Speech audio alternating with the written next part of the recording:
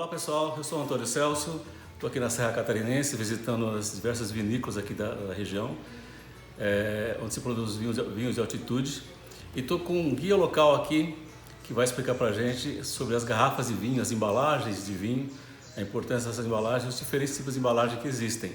Estou aqui com o Eduardo, que é um guia local. Tudo jóia? Vamos lá, vamos falar um pouquinho sobre as garrafas então, né, a pedido do seu Antônio Celso. O que acontece? A gente tem vários tipos de vinho, várias castas de uva e a gente tem vários tipos de garrafa. Então, historicamente, se invasou o vinho de diversas formas. Quando não era muito comum a questão da garrafa, ela foi estocada em barricas, em ânforas, enfim, existiu várias formas de se guardar o vinho. Falando um pouquinho da garrafa, a gente tem vários tipos de garrafa diferentes que às vezes confundem o pessoal. Então, quais são duas das garrafas que a gente mais utiliza, que a gente mais vê no mercado?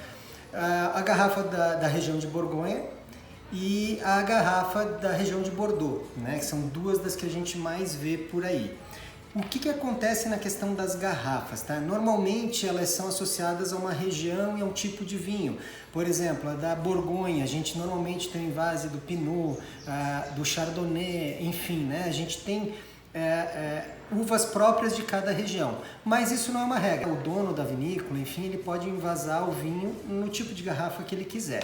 O que a gente pode falar em específico da questão da garrafa? Então, por exemplo, os vinhos que são envasados em garrafas tipo da região de Borgonha, a gente vê um tipo de garrafa mais como essa aqui, ó, onde a gente tem aqui dois rótulos, reparem, tanto o Chardonnay quanto o Pinot, né, nessas garrafas. E a gente tem aqui também uma mais no estilo de Bordeaux, onde a gente vê muito aí Cabernet Sauvignon, Merlot, enfim, outras uvas sendo envasadas. O que é importante na questão da garrafa, tá? A questão da cor dela, normalmente a gente vê garrafas esverdeadas e a gente vê também garrafas numa coloração meio mais puxando para o âmbar. O que a coloração da garrafa vai ajudar? Vai ajudar justamente a conservar o vinho, né? Pensando nessa questão da luminosidade. Então a gente tem normalmente garrafas verdes, normalmente a garrafa uma tonalidade mais verde, normalmente ela é uma garrafa um pouco mais barata do que a âmbar, né? Normalmente os vinhos uma guarda um pouco maior, a gente vê também nessas garrafas âmbar. E esses vinhos, então, a gente pensa na coloração justamente na questão da conservação do vinho. A gente vê também garrafas transparentes, que também confundem o pessoal. Por que eu invaso um tipo de vinho numa garrafa transparente, na outra mais esverdeada ou âmbar? Porque normalmente a garrafa transparente está mais associada a um vinho de um consumo mais rápido, onde você vai ter, por exemplo, um vinho que não passou por barrica, que só passou pelo tanque de inox, normalmente um vinho branco, um vinho rosé, sendo envasado nesse tipo de garrafa.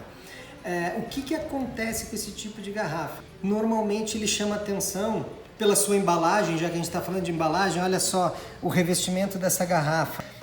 Todo trabalhado. Então a gente vê justamente, a gente tenta chamar um pouco mais de atenção justamente para o vinho, para a cor do vinho, enfim. E a garrafa transparente vai fazer justamente isso, mostrar esse vinho, né? Apresentar esse vinho de uma forma um pouquinho melhor. E a gente tem também as garrafas de espumante, são bem interessantes também, mas o detalhe que eu queria chamar a atenção é justamente as latinhas. As latinhas, por exemplo, esse é um espumante aqui da Pericó, que a gente tem em lata. Qual que é a proposta dessa lata normalmente nas vinícolas? Primeiro, a facilidade que você tem para levar para alguns ambientes, enfim, mas também a gente tem um foco no público mais jovem, normalmente, que parte para a latinha tentando trazer esse público mais jovem para o mundo do vinho. Uma embalagem um pouco diferente, mais descontraída, né? Mostrando que o vinho também pode ser algo muito bacana e trazendo esses jovens para o mundo do vinho. Muito obrigado, Eduardo.